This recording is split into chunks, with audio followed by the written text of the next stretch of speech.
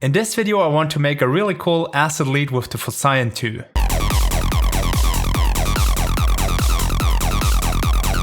So the layout is quite similar to kind of like the original TB303, the classic acid synthesizer. I actually have a clone, the TD3 from Behringer, which is also pretty cool. So I basically know the GUI, and as it's quite similar, so you can first select here the wave, if you want to have like a saw wave or a square wave. Then you can tune it here, so you can pitch it up and down, so like transpose it. Then you can control here the cutoff, resonance, how much the envelope is controlling the filter, the decay, and the accent. So you can set accents down here in the sequencer. So that's basically the same as you have also on the hardware synthesizers. This is like some additional menu where you can set the accents a little bit more in detail on the slides and the vibrato. So you have those options here to set here. And then we have a distortion unit in here, like in the TD3, which has a few distortion modes, and you can set the dynamics and drives and colors here to influence how it sounds. And then we have some additional things which we also have in other synthesizers, like a reverb and delay. You can EQ it, a chorus and a limiter. And here you can bypass the effects section, and you can set the volume and the CD output volume. So that's actually quite clear, everything here, I guess, but we will look in more detail later into this. And then you have your presets up here where you can select the presets, and you can also check the synthesis presets here. So they only influence basically this part where you really control the sound and not the parent section down here. The parent section is also quite simple. So we have a sequencer. So a sequencer you can just put in the notes. So starting from C, D, E, F, G, A, B, and the semitones in between. So like C sharp, for example. And then you can set for those notes the octaves, so in which octave the note is playing. If you make a slide, so a glide, like between two notes, kind of like bending the pitch, an accent on your notes, which you then can control over here. Yeah, and vibrato is basically like very fast, tiny movements in the pitch. Then you have here your scale, so 1/16th note. So we have here 1/6, each of those is like a 1/16th note. 16 of them we have, so we have like the first four, like one beat, second beat, third, fourth beat, and all those 16th note, 1, 2, 3, 4, 5.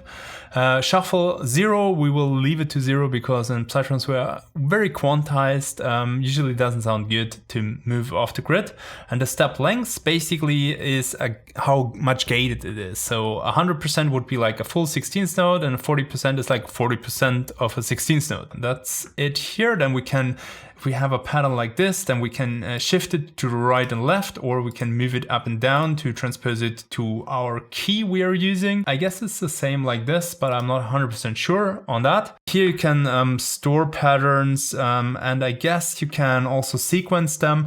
But to be honest, I'm not a big fan of sequencers. It's cool to store stuff in your patches with sequencers and ARPs, but we will use the external mode today. And the only thing what I use the sequencer usually for is to kind of like look how others do patterns and then steal ideas from that, from my own patterns, and to learn about how a cool acid pattern actually is made. The arpeggiator mode, it's like, let's say you're pressing a chord, then this is kind of like the lowest note of the chord, this is like the second and the third, and that's why it also has like 10 indexes, because you only can like press 10 notes with your fingers. Let's imagine you press all 10 notes with the fingers, then it will move through that 10 notes in the order you define here.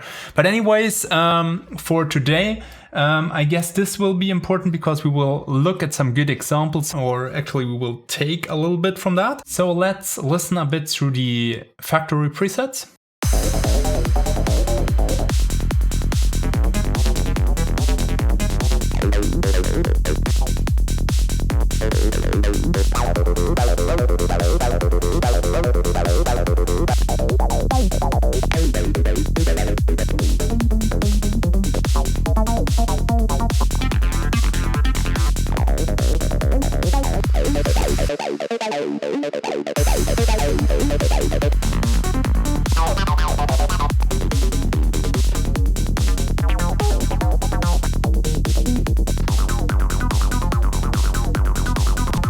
That one I like.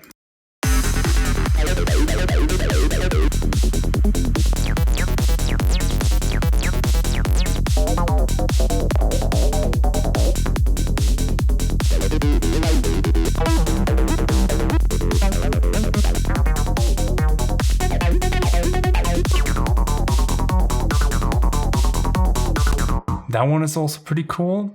Broken Twig.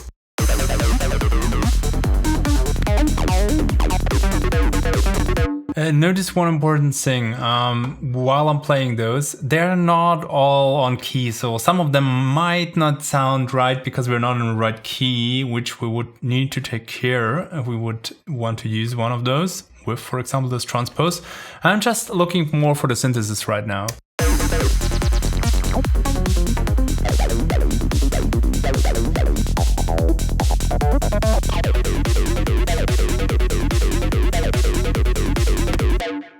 We will go with this pattern here. What we will do first is we want to export the MIDI here because I don't want to work in that sequence. I really hate that, and also it allows me to show you something more.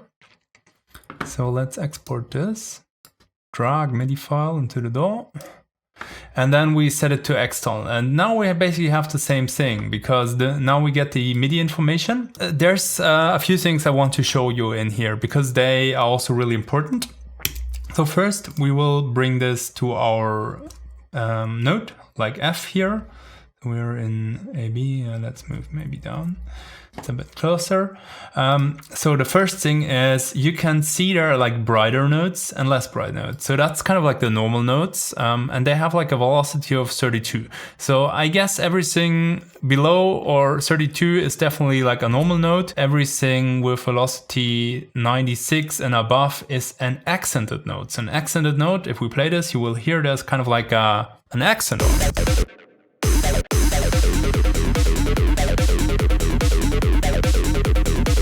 I don't know what happens in between. We could check that out quickly at what velocity it really accents the notes.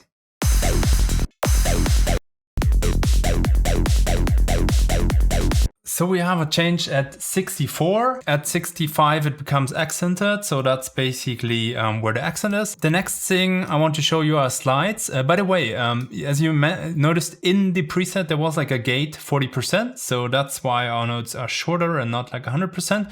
And if we want to make them slide, we need to overlap them. So like this.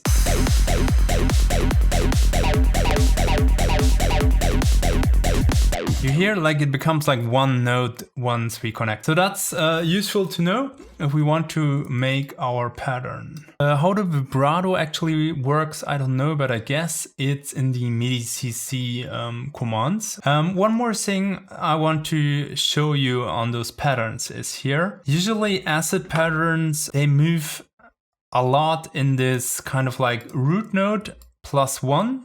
Is kind of very common, -2 is very common, and you find some patterns which have like this +2 movements, but usually there's like a lot of kind of like flat tones and then tension within. It's not like a rule, everything's a little bit different. You see here also in that pattern, it uses some different scale. The E, for example, that's kind of like one note below. Usually it's like 2 notes below, but just to keep it in mind, that's something where we could move. Maybe we'll take those notes which we have here, even if they're not in the scale I've chosen right now. But now let's try to make our own version. Let's start maybe with some basic pattern in the lows.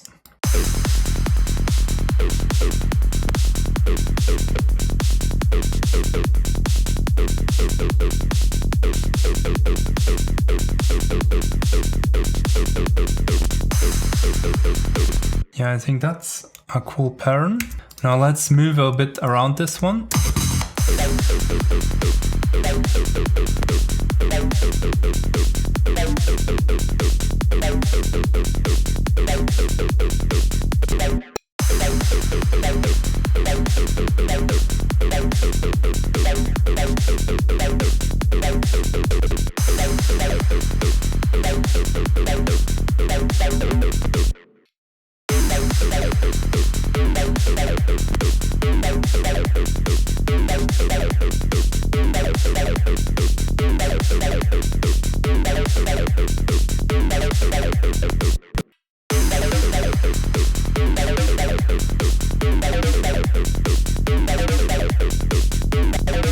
And then we could also maybe make use of motifs.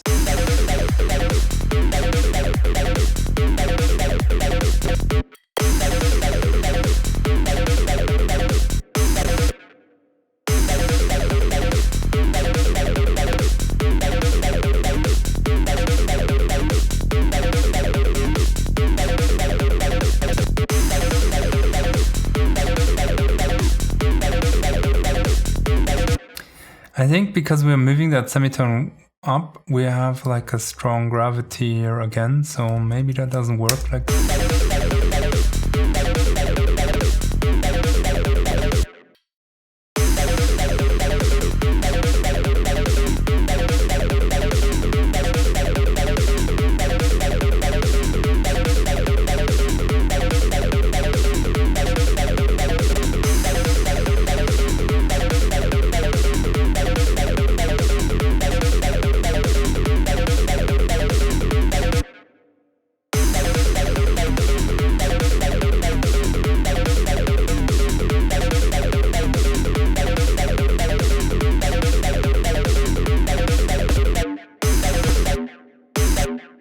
There's one thing which really annoys me in that thing, it's that processing in here. So let's make our own.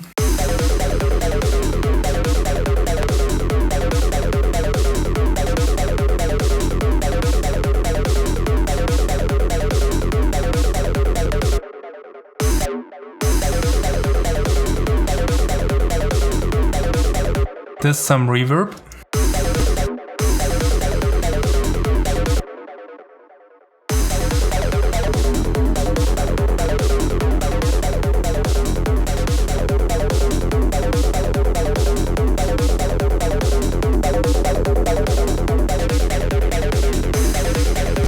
That sounds way better.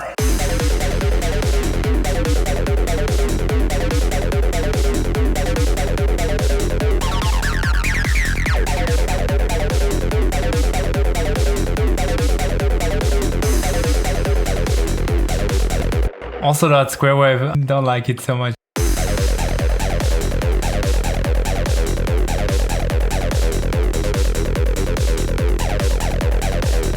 We could play with that accent. I think that could be really nice. If we have that pattern here, and we extend it, and then we move up the accent here.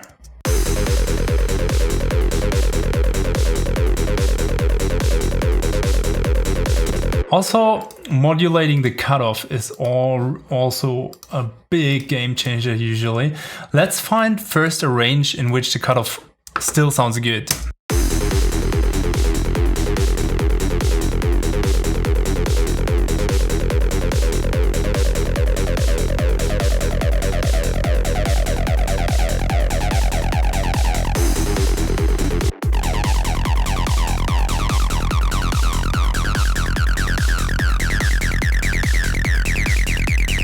I would say till here is cool. This could be like something at the end of the bar maybe. So maybe like if you want to go the last section before the new drop comes really high, then I could imagine going high like this.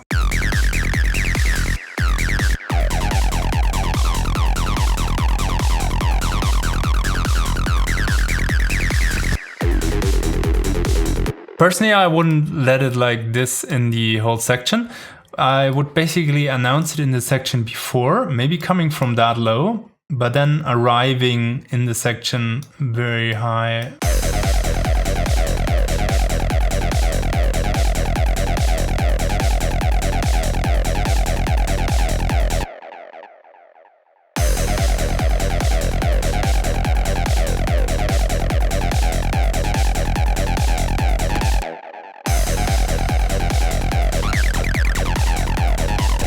This one could be really cool to modulate by hand. So if we automate this, if we record this, okay, I need a MIDI controller for that. Otherwise it's a bit ugly with the mouse.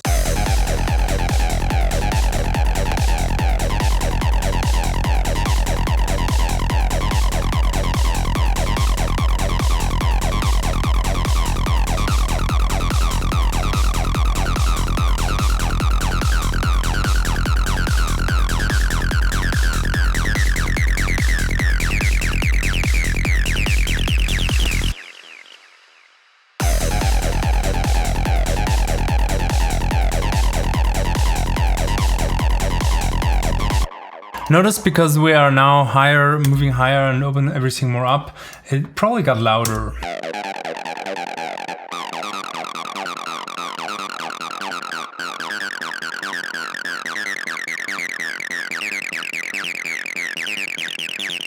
I probably would bounce this down to audio in the end and then control the peak a little bit with an EQ. For example, like this.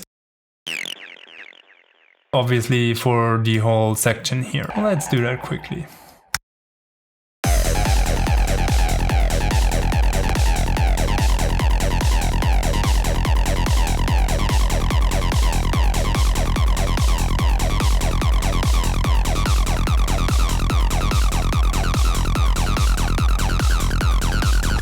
And then we could check, maybe we could make it a little bit more mono again and push it a little bit to the mids. But I like the Voxengo one more. It's a free one from Voxengo where you can control the mid and the side gain.